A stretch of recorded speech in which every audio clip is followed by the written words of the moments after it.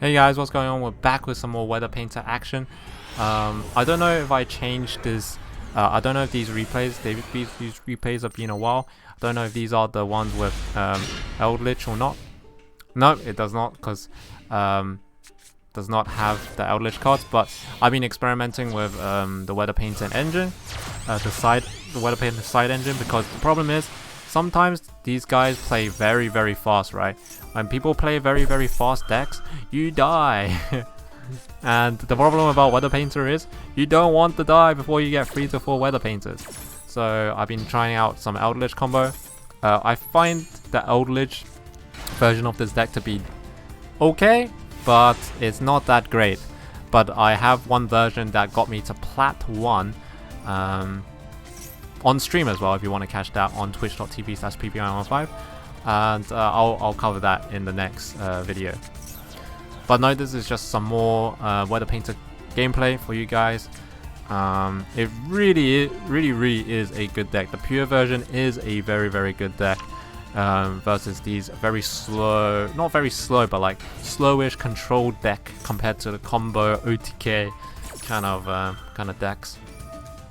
So he chains Dogmatica Punishment into the snow, which I can dodge. This is why you play the snow first if you have snow, by the way. I mean snowy canvas. This will allow you to dodge things. And survive. So we get rid of... Snow is coming back. We chain the rainbow canvas here just in case he's got anything. But he has twin twisters here. And will probably destroy it. And he destroys Dimension Fusion. And rainbow canvas. I wonder if he was gonna do that early or not. But as you can see, if I waited for it, I would not be able to summon anyway. So if he played it late, we will be able to dodge things and get a rainbow canvas summon.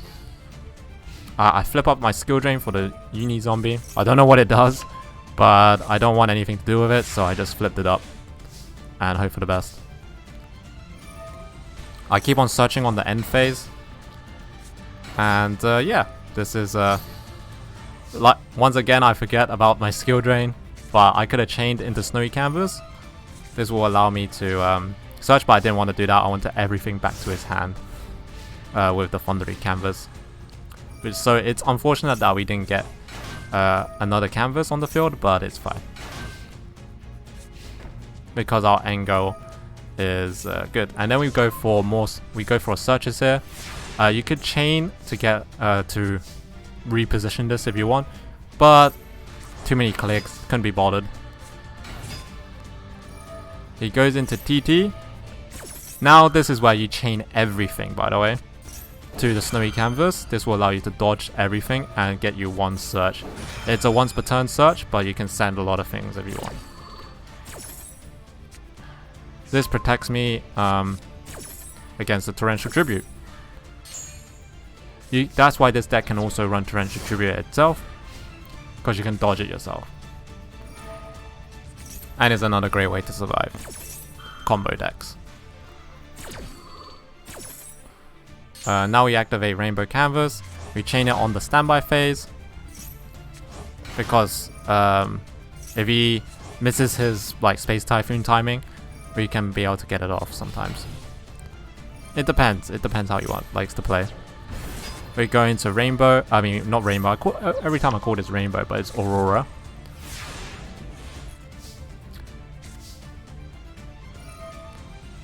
Make sure you get your search in these endgame times. Look at this. We're out resourcing this 60 card deck. Insane.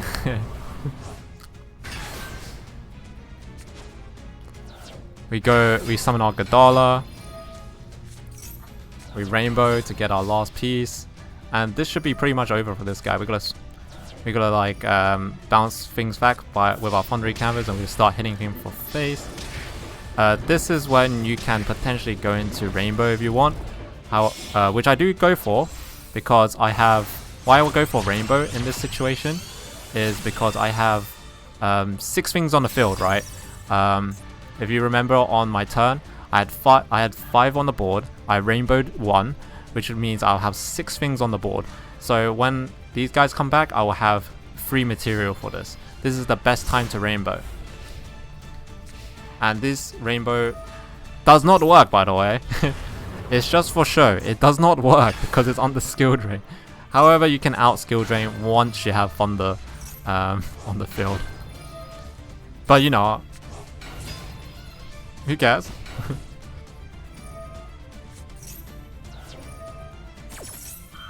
He goes for the negate on the Doom King. But it doesn't work because it's skill drain. Oh no, it's actually rainbow. And then we go for snowy canvas. But yeah, this game is over. But this rainbow is just for show. It doesn't do anything because of skill drain. Because this is the monster effect. Even like this part at the end is a monster effect. It's not like it's just not there when skill drain's here. Unlike these cards, so it does mess it up a little bit, but it's fine. It is fine. In this situation, we're still great. It's a 2400 beater. Who cares? It's pretty big. And as you can see, we're extending our board again and again and again. Look, we have 5 weather painters. How many weather painters can there be? There's so many weather painters. And we just beat them up with our small guys. Rainbow doesn't work. Every time when we summon Rainbow, it doesn't work. And you hardly even summon Rainbow. If you wanted it to work, you can just easily send the skill drain to the graveyard with Thunder though. But we didn't need it. We didn't need it. Ah, yes, this is the start of the Eldlich version of the deck. Yeah, it's great. I can show you guys the potential power of it. The problem is still the same problem. It's giga too slow. It's giga too slow. But yeah, you just play the same, but with, you know, Scarlet Sanguine, Conquistador, stuff like that. It's the same gameplay. You just want to get 3 to 4 weather painters on the field, and you probably win the game from there. Okay, this one's a little bit scary here. He's a Cyber Dragon OTK, and this is where I felt like the Eldlich package really helped me survive this. If I didn't have Eldlich here, like I didn't have these 2 cards, and remember, just imagine if these 2 cards were like Skill Drain and Dimension Fissure, for example. And I don't think I would have survived this deck at all, because I would have just died. However, now in this situation, I have a pop and a 2800 defense unit, which is amazing actually. Like, it helps you survive in that sense. He goes into Cyber Dragon Infinity. Like I said, I don't know what this deck does. I'm just hoping to survive the end board.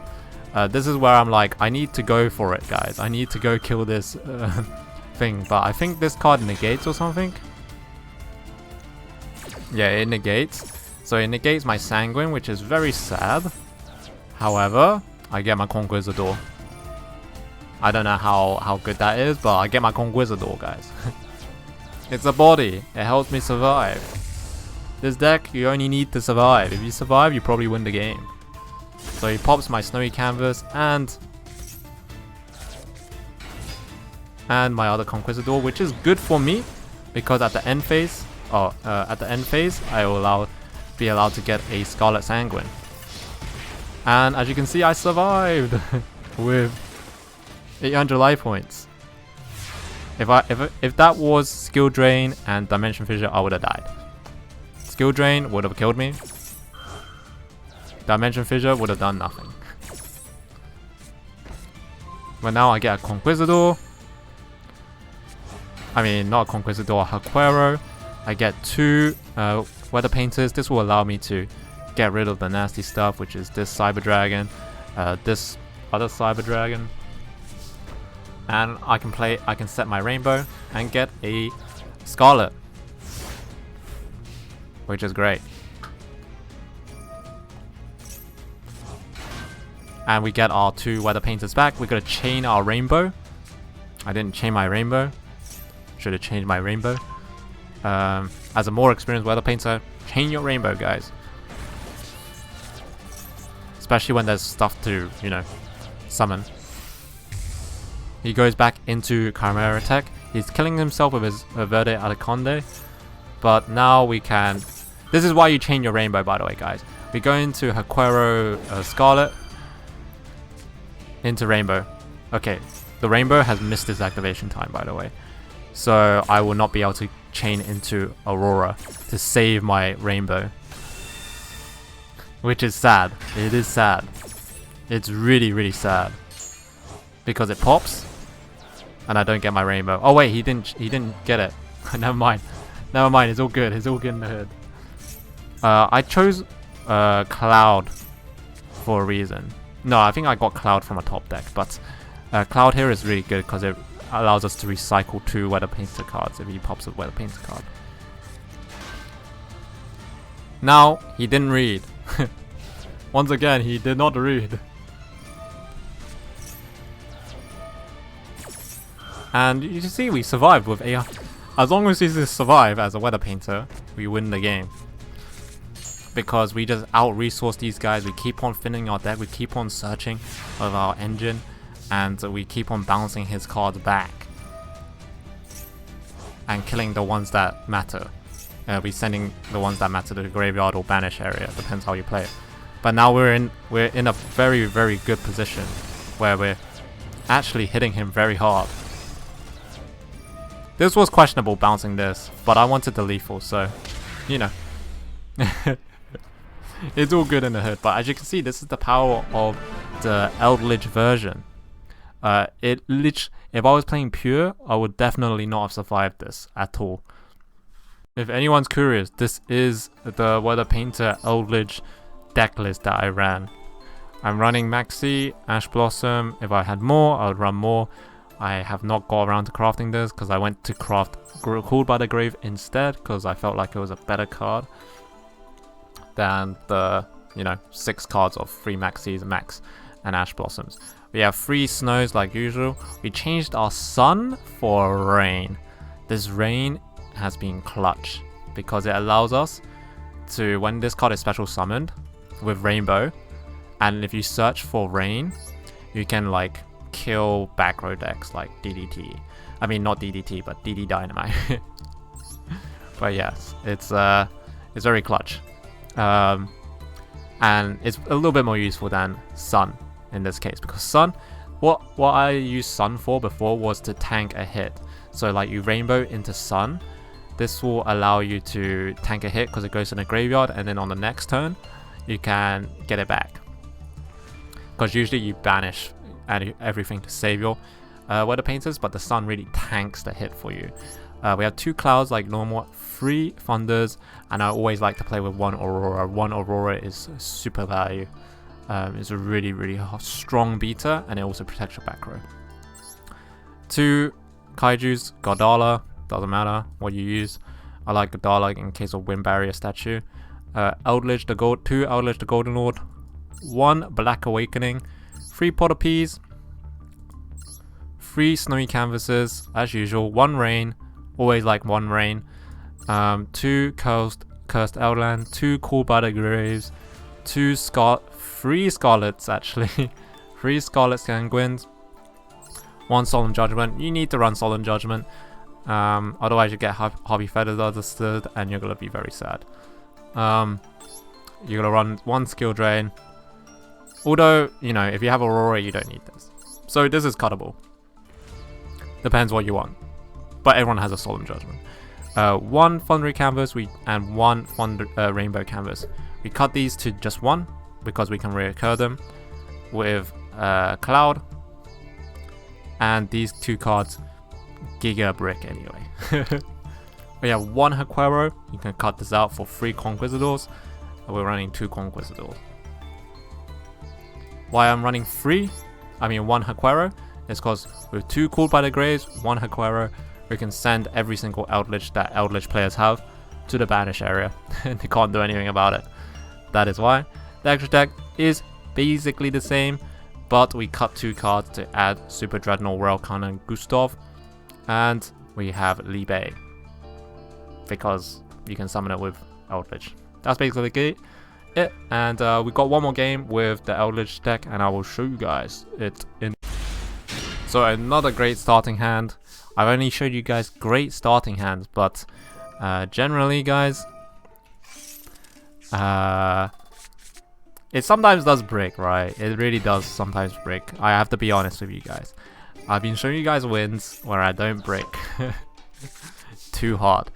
But it's obvious, guys. This deck does break. You can draw into 3 skill drains and no snows, no snowy canvas, and you will just die. Because this deck is... oh my god, that's a lot of a back row. Trick Stars? Nani? But yeah, this is generally how you play. On the first turn, you still do the Weather Painter stuff, but you just have these extra Eldlich cards just to help you survive. And also, it has great synergy with Weather Painter Thunder. You can send Cursed Eldlands to send a card, and you get a Weather card, Weather Canvas. It's really good synergy. And you get your Eldlich boy. I pop the back row, get my Eldlich boy out, taking some burn damage. We chain Haquero so we can kill a card. He Dark Bribes me to negate the activation, but I draw a card, which will probably burn me, which is sad, but it's fine. I'll get a card. All good in the hood. More burn. Keep. Oh god, more burn. Oh god, Stormy Mirror Force. I was like confused why I cannot chain this, but it's fine. It's fine because I get Eldlich back. I can send another one, and I set a Scarlet on the field. As you can see, like the Eldlich version of the deck allows you to put on a lot more pressure, because maybe you have like, usually you're like half setting up on turns 1, 2, and 3. You're like still setting up your board, right? You have one snow perhaps, and one other, you know, attacking offensive Weather Painter. But with the Eldlich package, usually you have those two plus the Eldlich, which is a 3500 beater, beating people down, you know, like it puts on more threat to the board. And because of how fast the meta is right now, you really need to be like putting on pressure. They need to do something about you, or while you're setting up, because if you're not like putting on enough pressure, they will just kill you. They won't care, they will just kill you.